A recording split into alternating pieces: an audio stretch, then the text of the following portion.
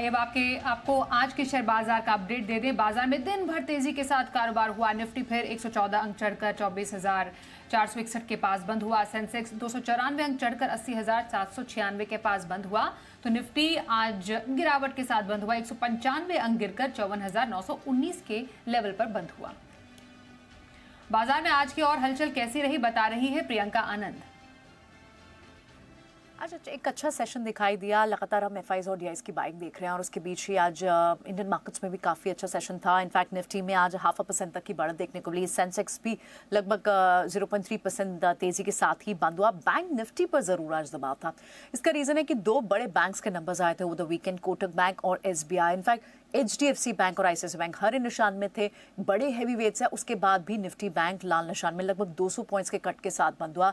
उसका रीज़न था कि कई सारे स्टॉक्स इंडेक्स को नीचे की तरफ खींच रहे थे। उसमें कोटक बैंक है जो लगभग 5% की गिरावट के साथ बंद हुआ। एसबीआई लगभग 1-1.5% कमज़ोर था।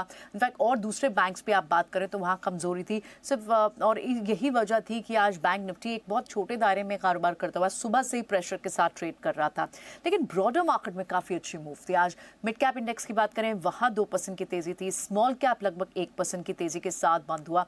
कई सारे सबसेट सेक्टर से जो बड़ी अच्छी मूव थी। स्टैंड आउट गेनर थे आज जितने भी क्रूड डेरिवेटिव स्टॉक होते हैं। सबसे पहले तो ओएमसी ब्रेंट क्रूड $7 के नीचे आया। बहुत ही फेवरेबल सिचुएशन हो जाती है कई सारे स्पेसेस के लिए, और उसमें से एक था क्लियरली ओएमसी पैक। जितने भी काउंटर्स हैं, एचपीसीएल तो क्या नंबर्स से पहले, क्योंकि बीपीसीएल के नंबर्स भी अच्छे आए थे, लेकिन इस पूरे पैक में एचपीसीएल, बीपीसीएल, आईओसीएल सब में आपको अच्छी मूव दिखाई दी। इनफैक्ट इंडिगो जैसे काउंटर, क्योंकि इनका भी एटीएफ रॉ मटेरियल कॉस्ट इनकी कम हो जाती है, लुब्रिकेशन सेगमेंट हो, एशियन पेंट सेगमेंट हो, रबर टायर स्टॉक्स, इन सब में आपको एक मूव दिखाई दी इस न्यूज़ के चलते। लेकिन रिजल्ट्स के बेसिस पे जैसे हमने बताया कि कोटक बैंक बड़ा ड्रैगर था, वो एक डिसअपॉइंट करने वाला स्टॉक था। उसके अलावा नेटवर्क, वहां पर अच्छे नंबर्स के कारण 13.5% की तेजी थी। RR cable, cable and wire segment के अब नंबर्स शुरू हो गए हैं।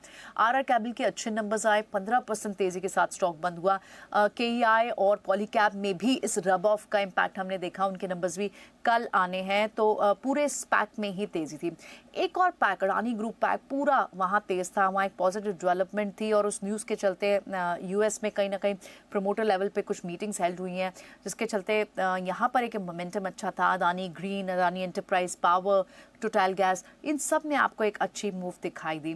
निफ्टी के दूसरे जो कुछ स्टैंड आउट गेनर्स थे उसमें रिटेल सेगमेंट से ट्रेंड 4%, श्रीराम फाइनेंस में 4% की मूव थी। एमएनएम के आज नंबर्स आए और नंबर्स के बाद स्टॉक ने तेजी पकड़ी। बीट ऑन एवरी एस्टिमेट्स था, एस्टिमेशन से ज़्यादा ही अच्छे नंबर दिखाई दिए। इनफैक्ट बजाज फाइनेंस और फिनसर्व, इनमें भी एक पॉजिटिव मोमेंटम के साथ आज ट्रेड होते हुए दिखाई दिया। ऑन द फ्लिप साइड अगर हम देखें तो थोड़े steel counters plus oil producers like ONGC, oil India, यहाँ थोड़ा दबाव ज़रूर देखने को मिला। कुछ और सब सेक्टर्स में हमें कुछ ब्रोकिंग काउंटर्स और एएमसी स्टॉक्स भी अच्छे मूव के साथ दिखाई दिए। लेकिन ऑन द फ्लिप साइड जहाँ जहाँ भी नंबर्स का एक नेगेटिव इम्पैक्ट था या प्रेशर था, एक्सपेक्टेशन से कमज़ोर नंबर थे, वहाँ पर ज़रूर गिरावट थी। तो ओवरऑल एक अच्छा सेशन था, लेकिन क्लियरली अर्निंग्स ही आज के लिए डायरेक्शन थी स्टॉक्स की।